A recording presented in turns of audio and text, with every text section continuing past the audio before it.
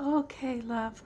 Welcome home to Eden. This is Eve's Eden Love Life. Change the name on ya. So, what men do to avoid communication exercises is a super, super important issue. If you've got a guy who's willing to do a communication exercise with you without making it a big issue, without making it a problem, you have got a really special guy because you're going to be able to work things out. Really. The most important thing in relationship, that if you're going to boil it down to one thing that you've got to have together to make relationship work, beyond chemistry, beyond life path and soul path, mission work being the same, all of that, if you have communication at a high level, you can have everything. You can start with nothing, no chemistry, no sexuality, natural proclivities together, and you can work it out until you get there. You can create love. I actually dreamed it. I asked God, please help me help couples. What do they need the most? And I had a dream that told me communication is it.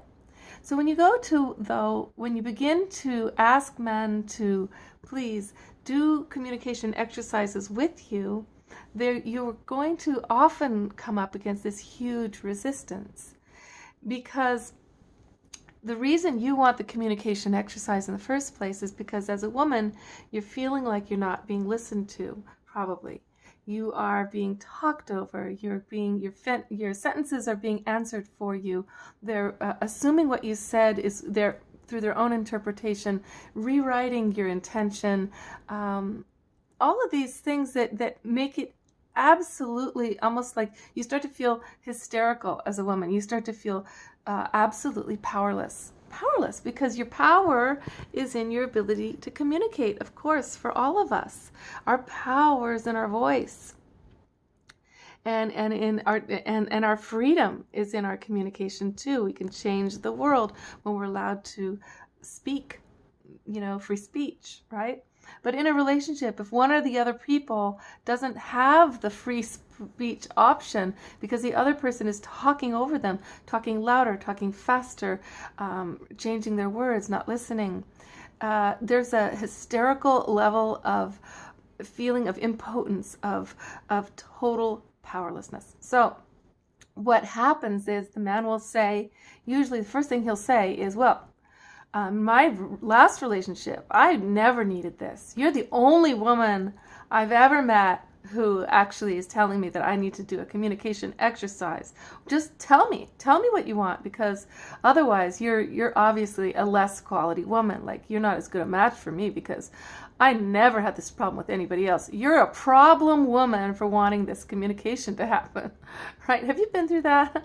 I have been through that with really intelligent, hot, sexy guys who seem really forward thinking, and unbelievable to me that they will use that on me. I think maybe more than 7 guys have used that on me. And what they say is, if it's a good relationship, you don't need any communication exercises. You can just talk freely. And obviously, it's you're the problem, because I can talk freely. And the reason I'm asking for the communication exercise is because I can't even get a simple thought out without them changing my words, talking over me, interpreting me, or reacting. The ego's reacting. So the biggest gift we give each other is to learn sorry, this new camera's really hard for me. We learn a communication exercise that allows us not to react, that allows us to be very neutral and receptive and able to just take in the other person's information. I have a video out called, I think it's Communication for Couples, or Learning Withholds. So the withhold exercise is a really great one. I'll go over it in a minute, but first of all, I just want to stay on this a little bit longer, because if you're here, you're a man listening, I really laud you. And if you're a woman listening, you need to know that these are lines the guys feed you, they use to get out of having the ego. Their ego gets to be in control as long as they don't have to listen. They can talk over you and get their way. And if they're used to having their way, it's a really big risk to have you talk all your needs and your truth, because you're going to come from your heart, hopefully, most likely, and most women do, and you're also going to be strong about things that are really not working for you. And then his prerogative, his privileges start to crumble. So he's going to use these tactics to get out of listening. He's going to say it. He's going to say those same things. He's going to make you wrong and bad for asking. Okay, so show him this video because you are the one making the relationship possible. If you don't have the ability to communicate with him, he's already lost you. You already feel powerless. You already feel hopeless. You already feel so frustrated and depressed, right? You're in a depression because you can't get the smallest things communicated. The deeper, bigger things that are really important to you are not, anywhere close to being on the table. So if he's wondering, why isn't she so into me sexually anymore? Why is she so crabby or whiny or whatever? He's going to say things like, oh, it's just hormonal, or he'll dismiss you. But the truth is, the inability for a woman to communicate and be listened to and heard, that is really depressing. And that causes our depression, because the feeling of powerless for any human being, powerlessness, is a feeling of being trapped, being impotent, being unable to create the life you long for. And you probably love the guy, right? You love him. You don't want to lose him over the fact that you just need him not to put peanut butter on all these things that you have an allergy, or your kid has an allergy and they could die. You're just trying to keep things together, and he's reacting like you're trying to imprison him or something because he doesn't want to learn a communication exercise. Communication exercises, what they do, the reason why you need exercises in the relationship that you do often, is because women are silenced and men are using these tactics to make it so that we feel bad about our desire for equality, and they don't even know that they're using all these tricks, and that they're so threatened, because it's all unconscious.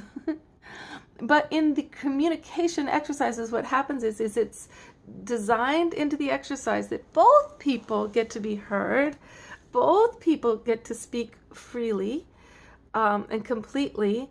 Neither people can name call. Neither person can use judgments and assessments like, I know you, I know what you're doing when you're out there. Blah, blah, blah. No, in a communication exercise, you only can claim your own needs and desires and feelings over certain things that have happened, but you don't get to assess the other person and, put them in a box. So you can see how many fights this actually stops when people start to use the boundary, the safe container of a communication exercise that doesn't allow our egos to take over, or our shrillness, or, as women, when we don't feel heard, when we don't feel like we can communicate, then we start to get desperate. Then we'll start to use put downs, like really put down the man's masculinity in a way to undermine him back, so that he will, feel not so entitled with us. But that's all crap, right? Total crap. We love each other. We only need to communicate. Usually, really, what's under most of these fights is just somebody feels unloved, and so does the other person feel unloved by certain. So if all we're asking for is to feel loved, that's such a sweet little genuine desire, right? It has nothing to do with the intense feelings that we end up with of feeling totally hated or hating the other person because we couldn't communicate fully. So here's a communication exercise for you. It's really easy. It's called pulling withholds. So most people feel that it would be so nice if somebody would ask them how they're feeling. Just ask, like, pull it out of me. Don't make me come up and tell you, But then there's a problem, like, we can't read each other's minds, right? But we wish that each other could. I wish you could read my mind and draw it out of me and listen, right?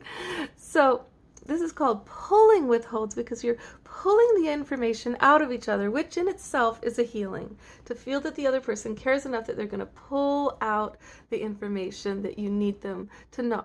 Okay. Now, the other thing about the exercise is that no one's allowed to name call.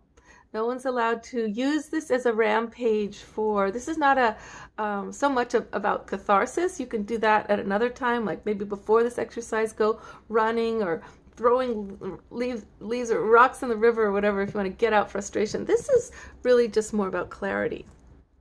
So you're going to say, let's say,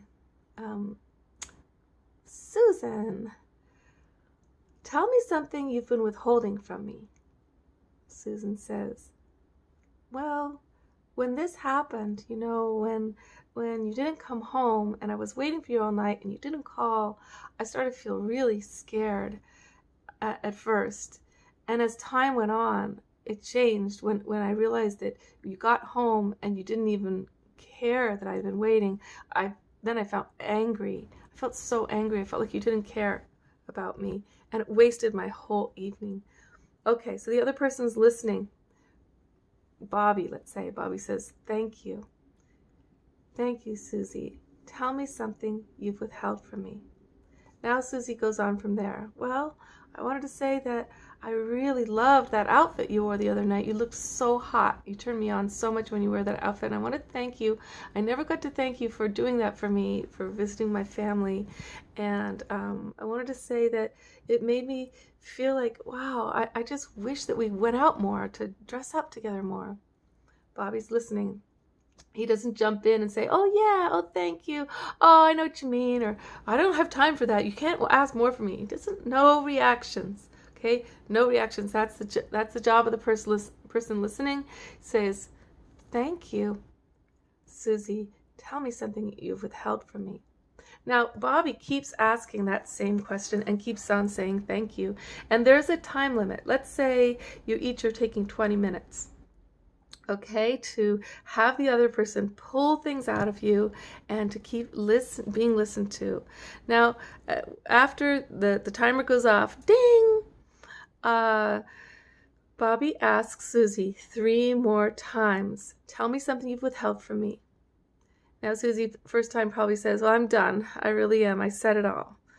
Bobby asks again, says, tell me something you withheld from me. Susie's like, I don't think I have anything. Bobby asks a 3rd time, tell me something you've withheld from me.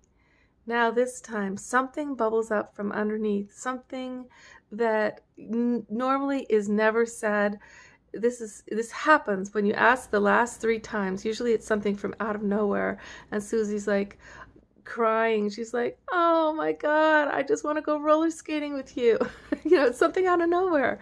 Okay, thank you, says Bobby. Thank you, we're done.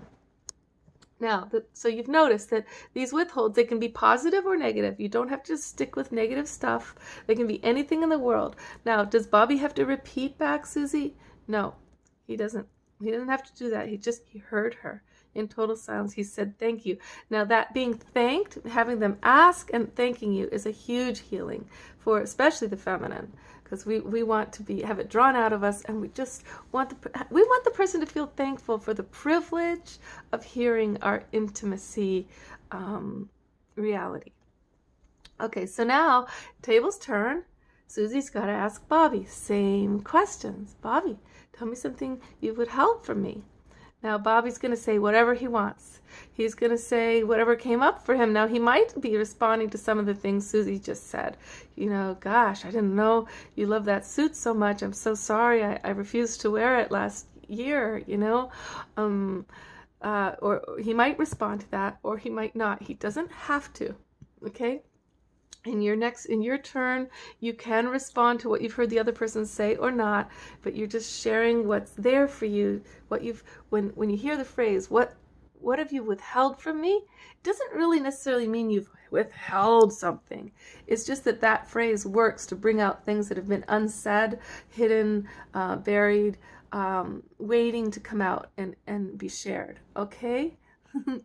All right, so whole thing goes again. Susie asked Bobby until he said, thank you, thank you. She says, thank you. Tell me something you've withheld from me. And she asks him the last 3 times, tell me something you've withheld from me. Bobby comes out with whatever's there.